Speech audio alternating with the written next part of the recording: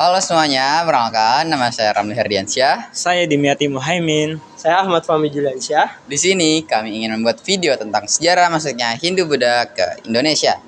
Mulai dari, Asal muasal agama Hindu-Buddha lahir. lalu ada teori-teori masuknya Hindu-Buddha ke Nusantara. Nah, yang terakhir ada pengaruh terhadap kehidupan di Nusantara. Terima kasih, selamat menyaksikan.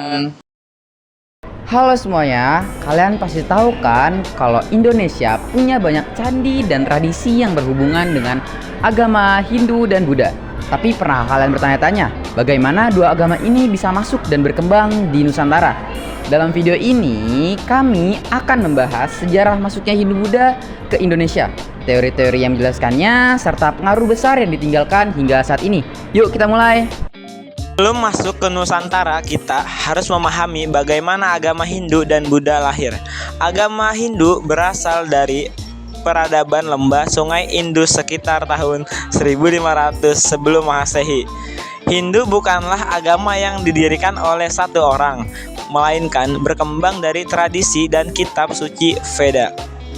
Dalam ajaran Hindu dikenal konsep reinkarnasi, karma, serta sistem kasta yang membagi masyarakat menjadi 4 golongan, yaitu Brahmana, Ksatria, Waisya, dan Sudra.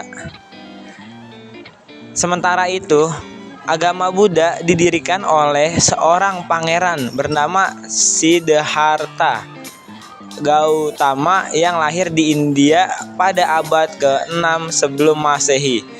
Setelah bertahun-tahun mencari pencerahan, ia akhirnya menjadi Buddha dan mengajarkan ajaran tentang nirwana, karma, dan reinkarnasi.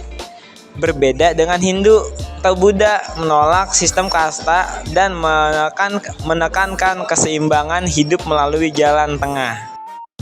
Lalu, bagaimana Hindu dan Buddha bisa sampai ke Indonesia? Ada beberapa teori yang menjelaskan proses masuknya agama ini ke Nusantara. Teori yang pertama adalah teori Brahmana. Teori ini menyatakan bahwa agama Hindu-Buddha masuk ke Nusantara melalui para pendeta Brahmana yang diundang oleh para penguasa lokal untuk menyebarkan ajaran mereka. Bukti teori ini adalah penggunaan bahasa Sanskerta dan aksara Pallawa dalam prasasti-prasasti kuno. Teori yang kedua adalah teori Waisya.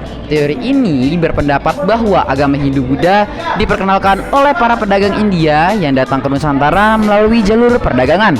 Nusantara memang merupakan jalur perdagangan internasional, dan interaksi dagang ini memungkinkan penyebaran budaya dan agama. Lalu, teori ketiga adalah teori Ksatria. Teori ini menjelaskan bahwa Hindu dan Buddha dibawa oleh para prajurit India yang kalah perang dan menguasai Nusantara. Mereka kemudian mendirikan kerajaan dan menyebarkan budaya India. Dan teori yang terakhir adalah teori arus balik. Teori ini menyebutkan bahwa masyarakat Nusantara yang belajar di India kembali ke Indonesia lalu menyebarkan ajaran Hindu-Buddha. Bukti teori ini adalah catatan seorang biksu dari Tiongkok bernama Ising. Ia menyebutkan bahwa kerajaan Sriwijaya menjadi pusat pembelajaran agama Buddha di Asia Tenggara. Setelah masuk ke Nusantara, Hindu dan Buddha memberikan pengaruh besar dalam berbagai aspek kehidupan masyarakat. Yang pertama, dalam pemerintahan sebelum Hindu-Buddha. Masyarakat Nusantara belum mengenal sistem kerajaan. Setelah masuknya agama ini, mulai berdiri kerajaan-kerajaan besar.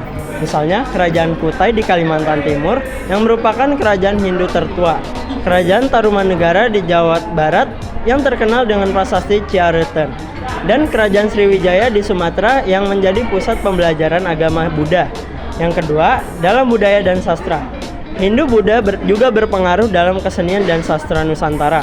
Misalnya, kisah Ramayana dan Mahabharata yang masih menjadi bagian dari pertunjukan wayang hingga sekarang. Selain itu, aksara Pallawa dan bahasa Sanskerta mulai digunakan dalam prasasti-prasasti kerajaan. Dan yang ketiga, dalam arsitektur peninggalan. Terbesar dari masa Hindu-Buddha adalah Candi Borobudur yang dibangun oleh dinasti Sailendra adalah Candi Buddha terbesar di dunia.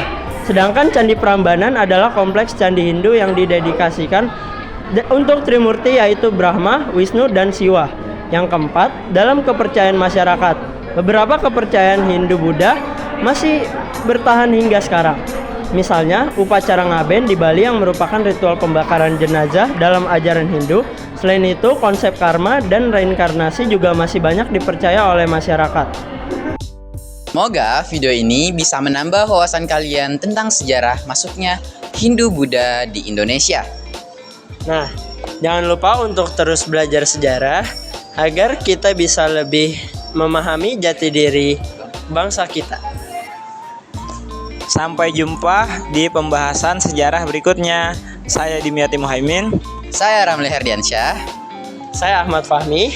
mengucapkan terima kasih. Wassalamualaikum warahmatullahi wabarakatuh.